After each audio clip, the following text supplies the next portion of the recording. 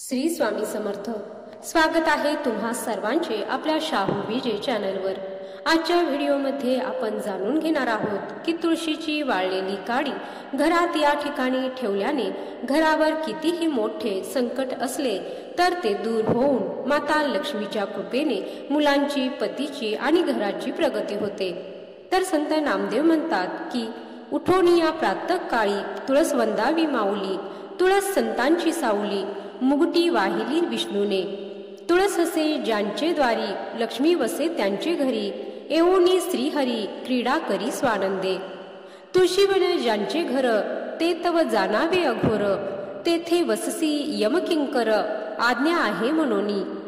तुळशी वृंदावन ज्याचे धरी, त्यासी प्रसन्न श्रीहरी, ते वर्जिले यमकिंकरी आज्ञा आहे म्हणोनी। तुळशी वृंदावना जे करती प्रदक्षिणा, अंतकाळा होता स्मरण, जन्म मरण नाही नामा म्हणे। तर याचा अर्थ असा होतो की ज्या घरामध्ये, ज्या घराच्या अंगणामध्ये तुळस नाही तर ते घर अघोर मानले जाते, भयंकर मानले जाते। त्या घरामध्ये, त्या ठिकाणी यमदूतांचे वास्तव्य असते, तशी ईश्वराची आज्ञा आहे। आणि ज्यांच्या घरामध्ये, अंगणामध्ये तुळशी वृंदावन आहे तर त्यांच्यावर माता लक्ष्मी आणि भगवान श्रीहरी विष्णूंची नेहमी कृपा असते। ज्या घरामध्ये सकाळी तुळशीची पूजा होते, तुळशीला प्रदक्षिणा घातल्या जातात, तर त्या घरामध्ये कधीही धनाची कमी पडत नाही। त्या कुटुंबावर, घरावर नेहमी लक्ष्मी मातेचा कृपा आशीर्वाद असतो आणि त्या घराची नेहमी भरभराट झालेली दिसते। तुळशी माता ही लक्ष्मी मातेचे स्वरूप असल्यामुळे असे म्हणतात की ज्याच्या घरी असे तुळस, त्याच्या घरी लक्ष्मी पाणी भरी। आणि म्हणूनच आपल्या सर्वांच्या अंगणामध्ये तुळस ही असायलाच हवी।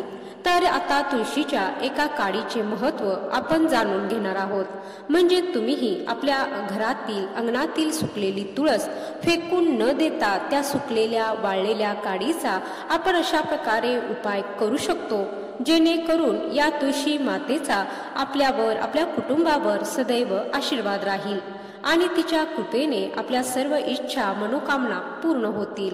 त्याचबरोबर आपल्या घरामध्ये कधीही धनधान्याची कमी पडणार नाही, आपल्या घराची भरभराट कायम राहील। आणि म्हणूनच आपल्या अंगणातील तुळस जर सुकली असेल तर ती फेकून न देता त्याचा हा प्रभावी उपाय आपण करणार आहोत, जेणेकरून माता लक्ष्मीचा आशीर्वाद आपल्याला प्राप्त होईल। आता आपण पाहूया की तुळशीचा उपाय कसा करायचा। तुळशीची वाळलेली काडी कुठे ठेवायची आहे हे जाणून घेऊया। आपण आपल्या अंगणातील तुळशीला रोज जल अर्पण करतो, रोज तिची पूजा करतो, तुळशीजवळ दिवा प्रज्वलित करतो, परंतु आपण कितीही तिची काळजी घेतली तर ती कधी कधी आपल्या अंगणातील तुळस ही सुकून जाते किंवा कोरडी पडते। अशा वेळी आपण काय करावे हे आपल्याला समजत नाही। तर आपल्या अंगणामध्ये वाळलेली, सुकलेली तुळस ठेवू नये असे म्हटले जाते आणि म्हणूनच आपल्याला लगेचच ती तुळस तेथून काढायची आहे आणि त्या ठिकाणी आपल्याला तुळशीचे नवीन रोप आणून लावायचे आहे। आणि जर तुळस खालच्या बाजूने हिरवी असेल आणि वरच्यावर तुळशीच्या काड्या सुकल्या असतील, कोरड्या पडल्या असतील, तर त्या सर्व काड्या आपल्याला एका बाजूला काढून घ्यायच्या आहेत। आपण काहीही झाले तरी वाळलेली तुळस काढून फेकायची नाही किंवा नदीमध्ये विसर्जन करायची नाही, कारण तुळस ही लक्ष्मी मातेचे स्वरूप आहे। आता या तुळशीच्या वाळलेल्या काड्या आहेत तर त्या स्वच्छ धुवून घ्यायच्या आहेत आणि नंतर या काड्या उन्हामध्ये सुकवून घ्यायच्या आहेत। त्यानंतर आपल्याला या काड्यांची एकदम बारीक अशी पावडर करून घ्यायची आहे। तुम्हाला कशा प्रकारे शक्य होईल त्याप्रमाणे मग तुम्ही मिक्सर मधून देखील बारीक पावडर करून घेऊ शकता। आणि त्यानंतर ही पावडर आपल्याला चाळून घ्यायची आहे आणि त्यानंतर तुळशीची ही बारीक चाळून घेतलेली पावडर एका सुकलेल्या डबीमध्ये भरून ठेवायची आहे। दररोज सकाळी देवपूजा करत असताना भगवान श्रीहरी विष्णूंना, त्याचबरोबर आपल्या प्रत्येकाच्या घरामध्ये भगवान बाळकृष्णांची मूर्ती असेल तर त्या बाळकृष्णांच्या मूर्तीला तुळशीच्या काड्यांची पावडर जी आपण केलेली आहे तर ती पावडर भगवान श्रीहरी विष्णूंच्या फोटोला किंवा बाळकृष्णाच्या मूर्तीला किंवा भगवान श्रीहरींची मूर्ती असेल तर त्याला दररोज देवपूजा करताना लावायची आहे. भगवान श्रीहरी विष्णूंना तुळशी अत्यंत प्रिय आहे. तुळशी माता भगवान श्रीहरी विष्णूंची पत्नी असल्यामुळे आपल्याला दररोज सकाळी देवपूजा करत असताना भगवान श्रीहरी विष्णूंना आणि बाळकृष्ण यांना या तुळशीच्या पावडरचा टिळा लावायचा आहे, जेणेकरून आपल्यावर, आपल्या कुटुंबावर माता लक्ष्मीसह भगवान श्रीहरी विष्णूंचा देखील आशीर्वाद राहील आणि त्यांच्या आशीर्वादाने आपल्या घराची भरभराट होईल आणि आपले भगवंत आपल्या पूजेचा स्वीकार करतील. त्याचबरोबर आपल्या कुटुंबातील सर्व व्यक्तींना सकाळी व आणि संध्याकाळी पूजा झाल्यानंतर या तुळशीच्या पावडरचा टिळा देखील लावू शकता. यामुळे आपले मन शांत राहतं किंवा आपल्या घरामध्ये सकारात्मक ऊर्जेचा संचार होतो आणि आपला आत्मविश्वास वाढीस लागतो. आपलं मन एकाग्र होतं, आपलं प्रत्येक कामामध्ये मन लागण्यास सुरुवात होते आणि तुमच्याकडे जी तुळस आहे तर ती जर खूप मोठी असेल आणि तिची पावडर जर जास्त झाली असेल आणि ती तुमच्या कुटुंबामध्ये काही व्यक्तींना काही शारीरिक समस्या असतील, अडचणी असतील तर त्यांना दररोज सकाळी या तुळशीच्या पावडरमध्ये मध मिक्स करून ग्रहण केलं तर त्यांना नक्कीच याचा फायदा होतो. तुळशीचे आयुर्वेदिक महत्त्व खूप आहे. यामुळे आपल्याला शारीरिक आणि मानसिक कोणतीही समस्या असेल आणि काही अडचण असतील तर शरीराच्या कोणत्याही भागामध्ये काही त्रास असतील तर ते सर्व काही या तुळशीच्या पावडर आपण ग्रहण केल्यामुळे कमी होतील किंवा निघून जातील.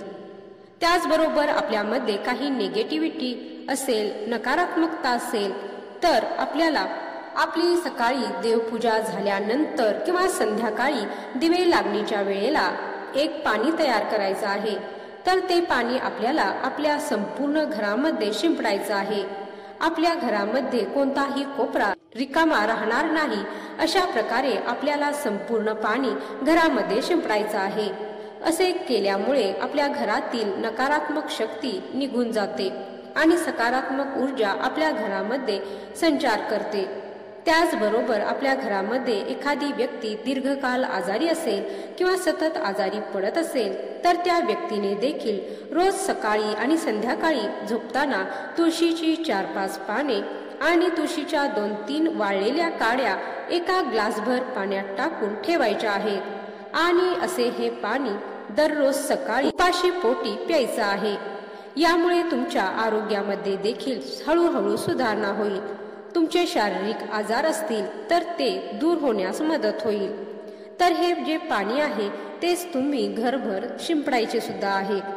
तुम्ही खूप मेहनत करत असाल, प्रयत्न करत असाल तरी देखील तुमच्या नोकरीमध्ये, व्यवसायामध्ये सतत अडचणी येत असतील, प्रगती होत नसेल किंवा काहीही कुटुंबावर सतत अडचणी, विघ्न येत असतील तर आपल्याला तुळशीची 3 ते 4 पाने घ्यायची आणि तुळशीच्या काड्या घ्यायच्या आणि त्या 3 दिवस तुम्हाला पाण्यामध्ये भिजत ठेवायच्या आहेत आणि त्यानंतर सकाळी आणि संध्याकाळी पूजा झाल्यानंतर आपल्या ऑफिसमध्ये किंवा व्यवसायाच्या ठिकाणी तुम्ही हे पाणी शिंपडू शकता.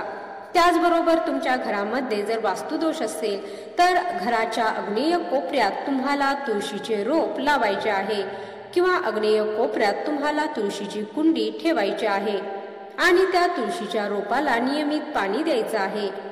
तसेच तुळशीला आपल्याला नेहमीच तुपाचा दिवा प्रज्वलित करायचा आहे. जर तुमच्या मुलामुलींचा विवाह जमत नसेल तर तुमच्या मुलीला किंवा मुलाला नियमित तुळशीला पाणी अर्पण करायला सांगायचं आहे. मुलगा जर पाणी अर्पण करू इच्छित नसेल तर आईने आपली मनोकामना सांगून तुळशीला दररोज पाणी अर्पण करायचं आहे.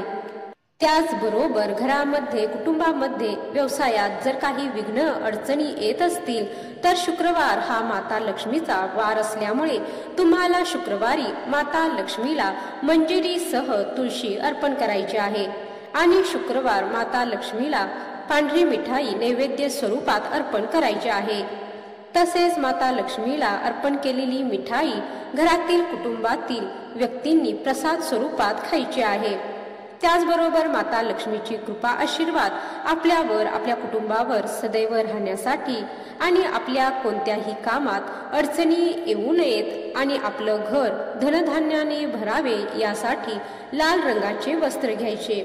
हा उपाय तुम्ही कधीही मंगळवारी किंवा शुक्रवारी करू शकता, कारण दोन्ही वार हे माता लक्ष्मीचे वार आहेत आणि त्या दिवशी तुम्हाला लाल रंगाच्या वस्त्रावरती तुळशीच्या 4 ते 5 सुकलेल्या काड्या ठेवायच्या आहेत आणि त्यानंतर तुम्हाला ते माता लक्ष्मी समोर ठेवून याची विधिवत पूजा करायची आहे। यानंतर या तुळशीच्या काड्यासोबत 2 अखंड लवंगा ठेवायच्या आहेत आणि त्यानंतर त्याची विधिवत पूजा करायची आहे।